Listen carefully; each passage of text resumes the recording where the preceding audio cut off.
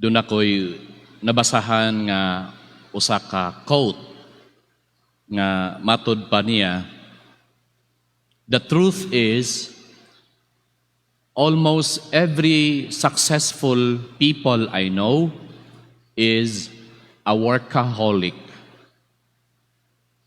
Siguro sa iyang mga nakaila, mga nakahinabi, nga mga malampuson nga mga tao, malampuson sa ilang career, malampuson sa ilahang mga negosyo, mao kadtong mga tao nga atong gitawag nga mga workaholic.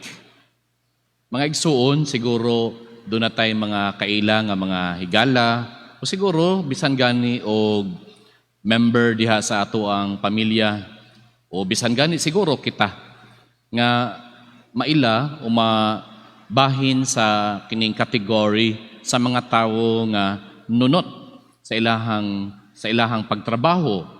Kung ingon tag trabaho ang isgutan, trabaho gyud na. Unay mga tawo nga mga kanang workaholic. Now recently mura og dili kayo in fact discourage ang kanang batasan sa kanang gitawag nga pagka-workaholic. Sakto raman pod kay lagi kung ang tawo workaholic kaayo, murag naa na pod ang tanan niyang kanang panahon, oras, ang iyahang energy, tanan-tanan didto ra gyud sa iyahang trabaho.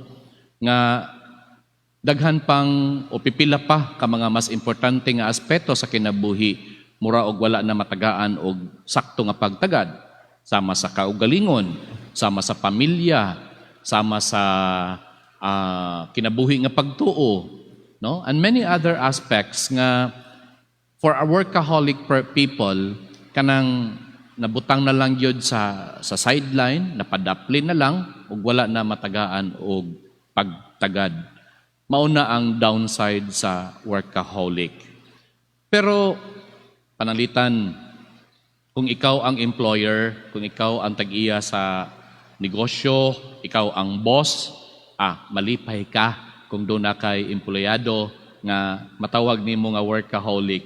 Nga naman, sigurado jud ka nga more than the expectation, mahatag yun na sa maong trabahante nga workaholic ang imong gipangayo, no, sa iyahang trabaho. Pero lagi, dapat yun ta, matud pa, virtue lie in the mean, no? Or virtue lies in the mean. Dapat balanse ang kinabuhi. Mga igsuon sa atong ebanghelyo karon, very very short.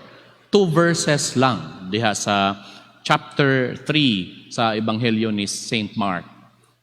Si Jesus siguro human sa pila ka ingon tag bulan didto sa Capernaum. Finally niuli siya sa ilahang province sa Nazareth or town didto sa Nazareth.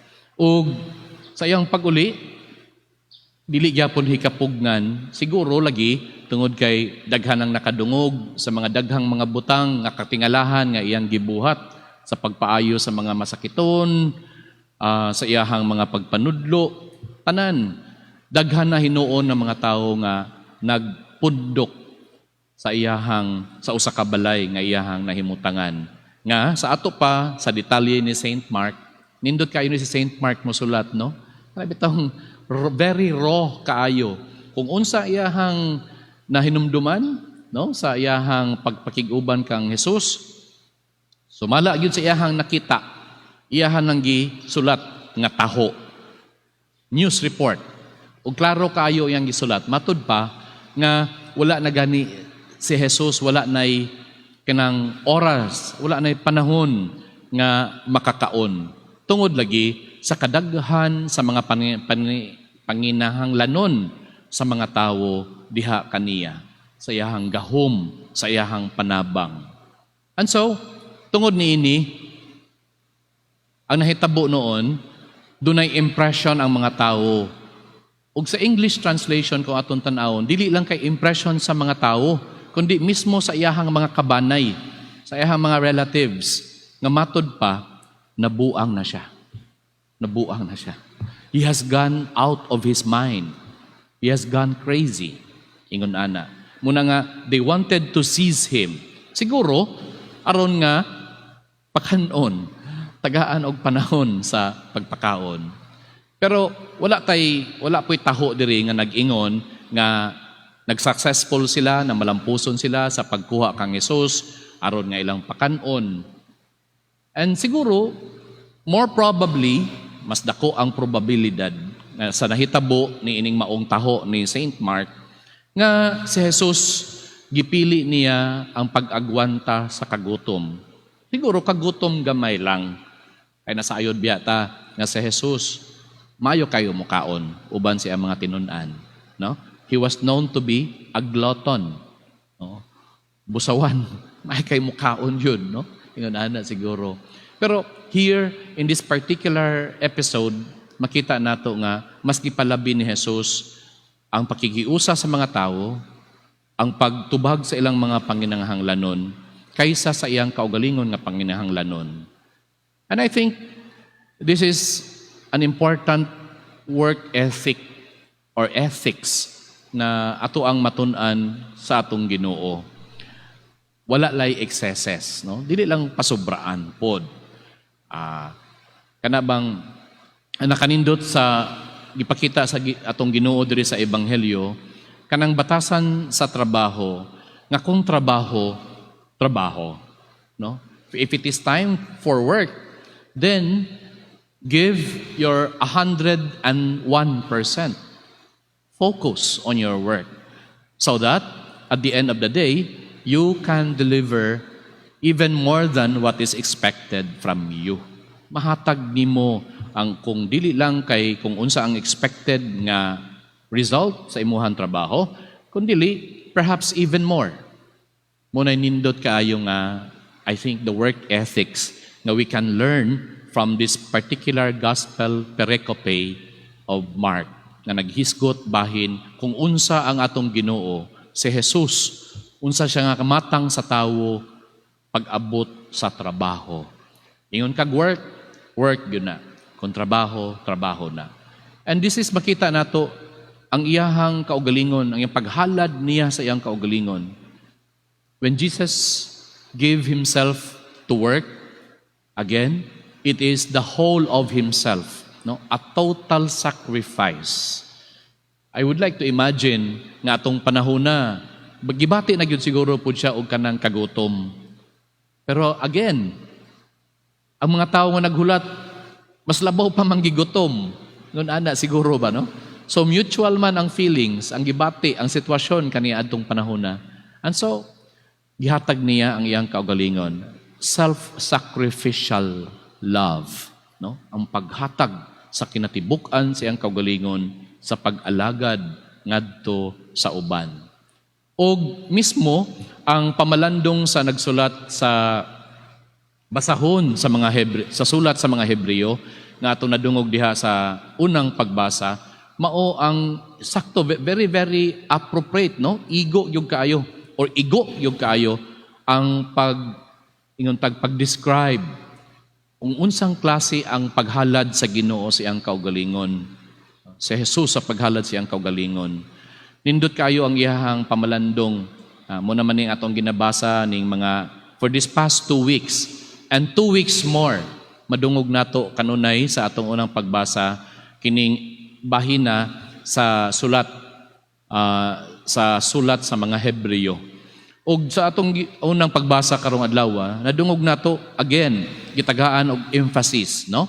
Nga si Jesus mao ang labawng pari. Ang labawng pari nga si Jesus naghalad dili na mga hinalad nga mga sinunog nga mga mananap. Dili na mga baka, dili na mga karnero, kundili isip labawng pari ang iyang gihalad, mao ang iyang kaugalingong lawas, ang iyang kaugalingong dugo. That is self-sacrificial. Mga igsuon karong adlaw usab, nindot kayo gitagaan ta sa simbahan o nindot nga panag-ingnan diha sa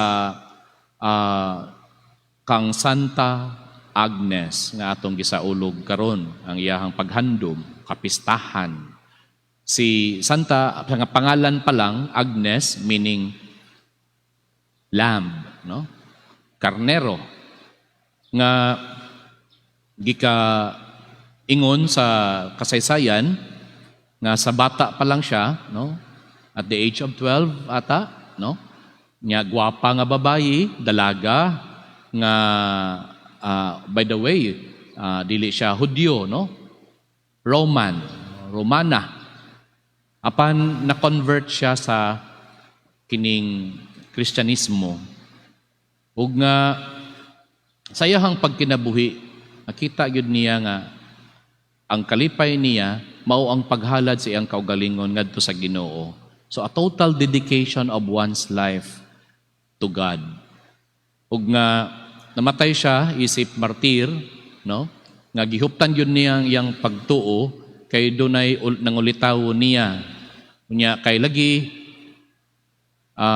bisan og nay nangulitaw kaniya, kini laging naghalad naman siya sa iyang kaugalingon.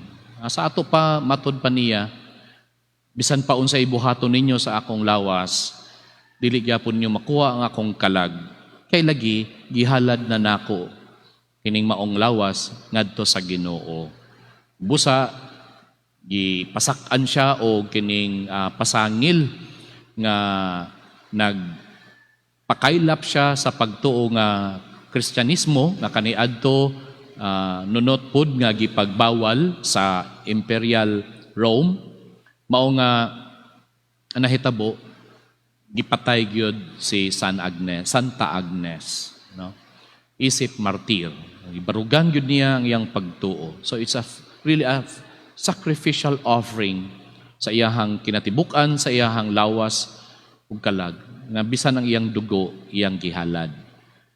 Sa atong simbahan karong adlaw sa kapistahan ni Santa Agnes, mao pud ni ang nabatasan nga panahon nga didto sa Roma, sa Vatican, ang Santo Papa magpanalangin, magbendisyon og duha ka karnero. Unya, ang buhaton sa maong karnero, mao nga syempre ihawon. Unya, ang iyahang panit sa karnero, mao ang himuon nga pallium, nga mao ang ihatag sa mga arsobispo panahon sa ilahang ordinasyon, isip arsobispo. Ang utana mo, unsa man ang pallium, Father? Wala tay picture diri, nindot unta kung atong i-flash. At least makakita ta next time nga makita nato nga suoton sa atong arsobispo, no? Nga makasabuta nga mao na ang meaning ni ana. Kana bitawng puti nga ilahang ibutang diri, mura lang siya og kanang murag ingon ana kanang sa mga lay minister nato, pero mas taas siya, no? Mas baga, puti hangtod diri nya na ay cross, nya na ay kanang murag espada na gisoksok. Dili na siya ordinaryo nga ingon tagtela ang gigamit ni ana. Panit na sa karnero nga giihaw human nga gibendisyonan niining piyesta ni Santa Agnes. Very meaningful kaayo nga pagsuot sa mga arsobispo ni ana, nagpahinumdom kanila nga alang tibuk-an sa ilahang kinabuhi, sama sila sa karnero nga miula sa ilahang labi na gyud ang karnero nga si Hesukristo nga giula ang iyang dugo alang sa kinabuhi sa ubad. Amen.